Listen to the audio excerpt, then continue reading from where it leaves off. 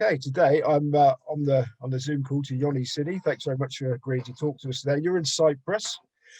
So you're the Chief Marketing Officer and founder of MarketBox Media. Can you explain what your company does, please?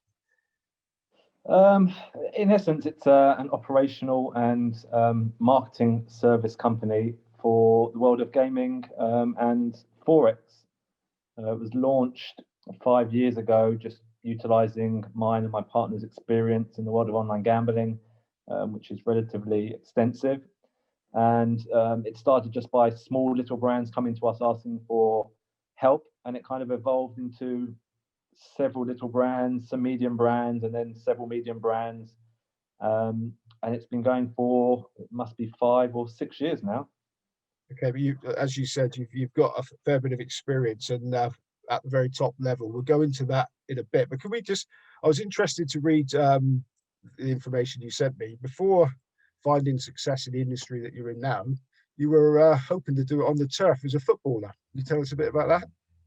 Yeah, it didn't it didn't last too long. I think I thought I was better than I was, but I've always been into sports, always played football, had a sports scholarship at quite a prestigious private school in North London that had a few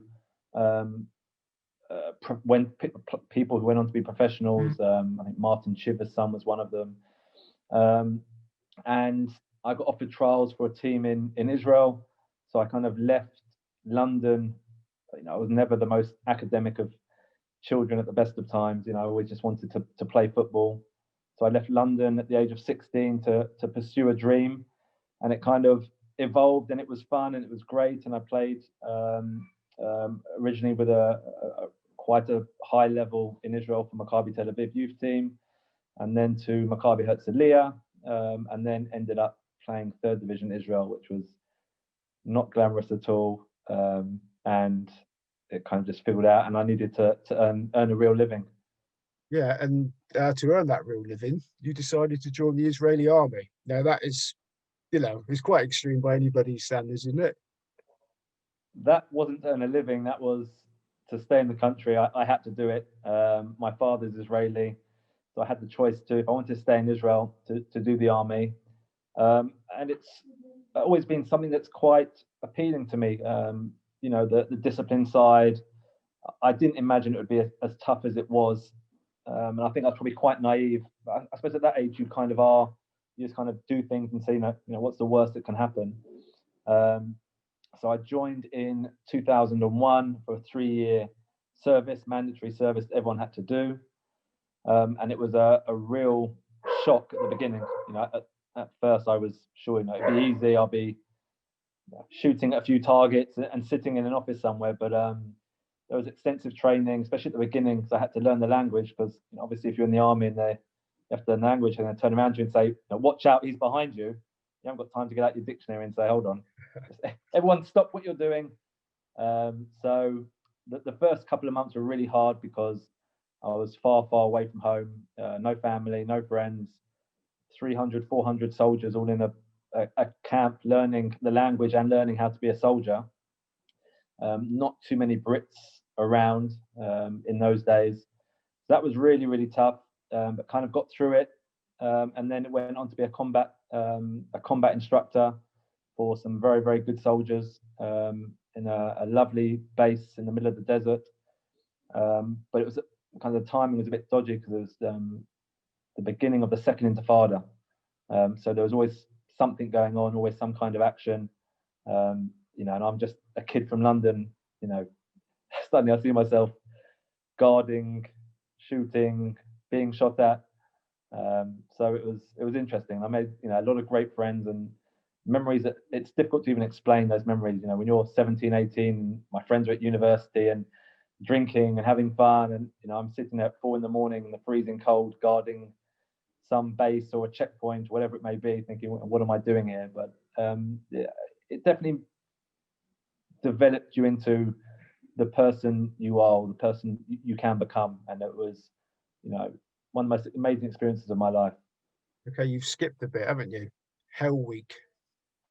Can you tell us a bit about Hell Week?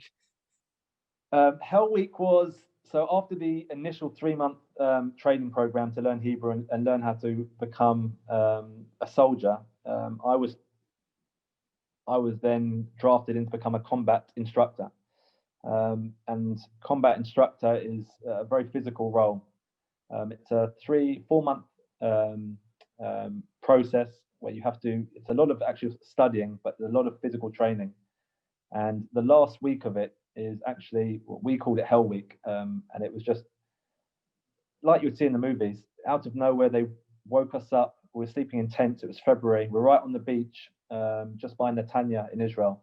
Freezing cold. Like, I cannot tell you how cold it was in February, right by the beach.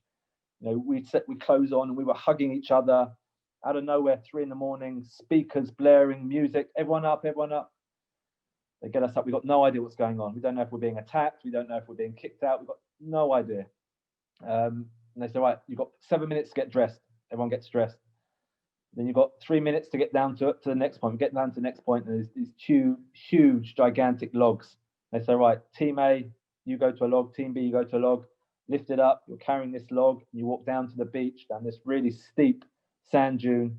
You're on the beach carrying this log, walking up and down, into the water, out of the water, put the log down, dig under it, dig over it, into the water, out of the water. And you're thinking, how long can this go on for? It went on till at least midday. We wanted to die. And they said, right, now you've got the real test. The real test was then to go on some kind of run, hike in a certain time, then through the water again, up the sand dune, do an assault course, shoot, hit the target 4 times. You don't hit the target 4 times out of 4, you've got to do it all again. We did it for a day, thinking, oh, this is, thank God it's over. Not everyone passed and whatever. About 6, 7 o'clock, we're thinking, okay, it's done now. We can get some food in us. No, you're going down to the beach again. We're like, where do we sleep? Down to the beach? Get your logs. We had to sleep on these logs, lift them up again, carrying it. And it was like that for 4 days solid, just playing games with these logs in the water, out the water, sand everywhere, water everywhere, freezing cold. During the day it was nice, but in the nighttime, freezing cold. We're standing in the water, holding these logs above our head for minutes. I mean, for us, it felt like hours, but minutes. Then up the sand dunes. I mean, it was just. And again, I'm thinking to myself, what am I doing here? Why am I here? I can just go back to England and I can go live with my mummy and daddy in North London and be fine.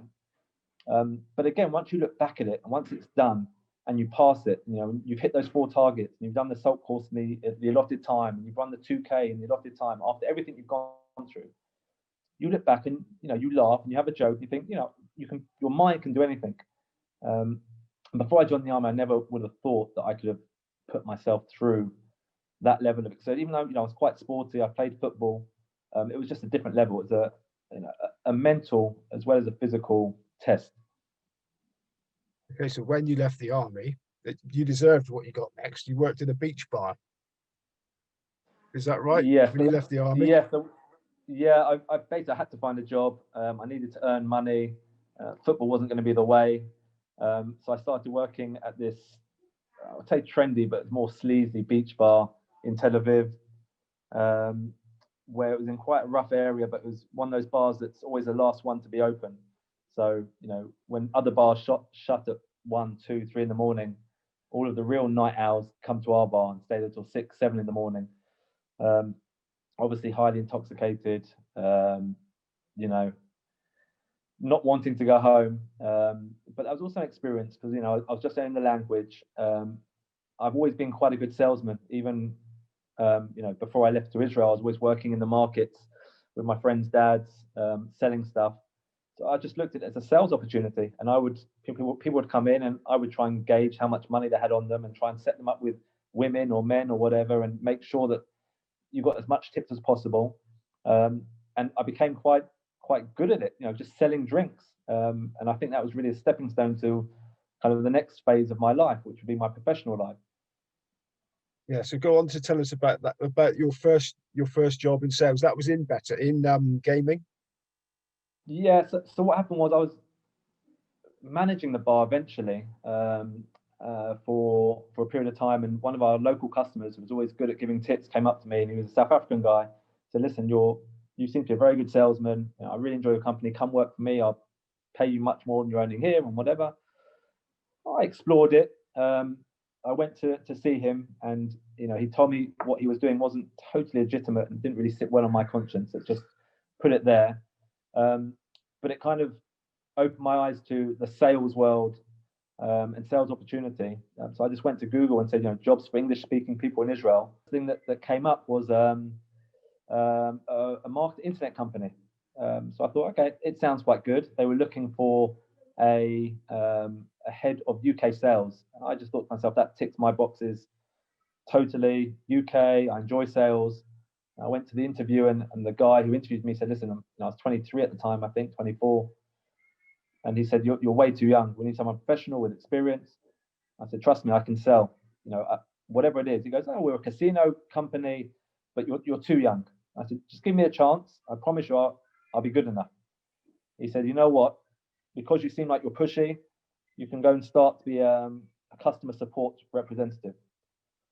I was like, fine. It was a job. It was actually probably less than I was earning in the bar. And it was shift work. I went into the first shift. I saw a bunch of or group of my future work colleagues all typing away on ICQ. For the viewers that will know what ICQ is, and I couldn't really concept that. But if we're selling things, why are we doing it over a keyboard? So I said, let's start calling these people, and everyone's like, no, we don't really call people here. I said, don't worry, let's speak to them. Let's speak to our customers. So I started picking up the phone, speaking to these Americans, and they were loving the English sense of humor. Again, it was a very different day for online casinos back then. And straight away, after maybe a couple of weeks, I became VIP manager for two of the brands. And a funny story for there, one of our VIP players, the two casinos were called New York Casino and USA Casino. And one of the VIPs was the wife of a very successful chief executive of one of the largest companies in America. I'll just give you her first name. It was Robbie. I won't go into second name details. Anyway, we built up a relationship. Whenever she was online, she would ask for me. I'd have to come into the office. I'd speak to her every time. Everything's okay, give her comps, but she always wanted to speak to me. And this relationship grew for weeks and became quite intense. We got to the point where she asked to see pictures of me. Now I'm a salesman. My targets were based on how much she would spend. So I would send her pictures and she would send me pictures back. Until a few days in a row, she stopped playing. And I suddenly get an email to my stage name then was Jerry. Jerry, my husband's found out that I've been speaking to you. I have to stop playing. He's taken away my credit card. I'm actually emailing you from an internet cafe. I was like, I'm very sorry to hear. If anything I can do, please let me know. She goes, I want to come and meet you. Now, bear in mind, they all believe that our customer support team was based in Antigua and not in some smaller office in Tel Aviv. So I said to the boss of the company, I go, listen, she wants to meet me. She's a huge VIP, but she wants to meet me in Antigua. So he's like, okay, you better go to Antigua. And we had an office there for corporate reasons. And I was sent to Antigua. She was planning to come and see me the day after I got there. I had to get to know the place and know the people in the office, and they had to get to know me as if I've been living there all my life. And literally the evening before we were meant to meet, she sent me an email saying, listen, my husband won't let me come. I'm very, very sorry. And that was it. But I got to see Antigua for a couple of days, which was brilliant.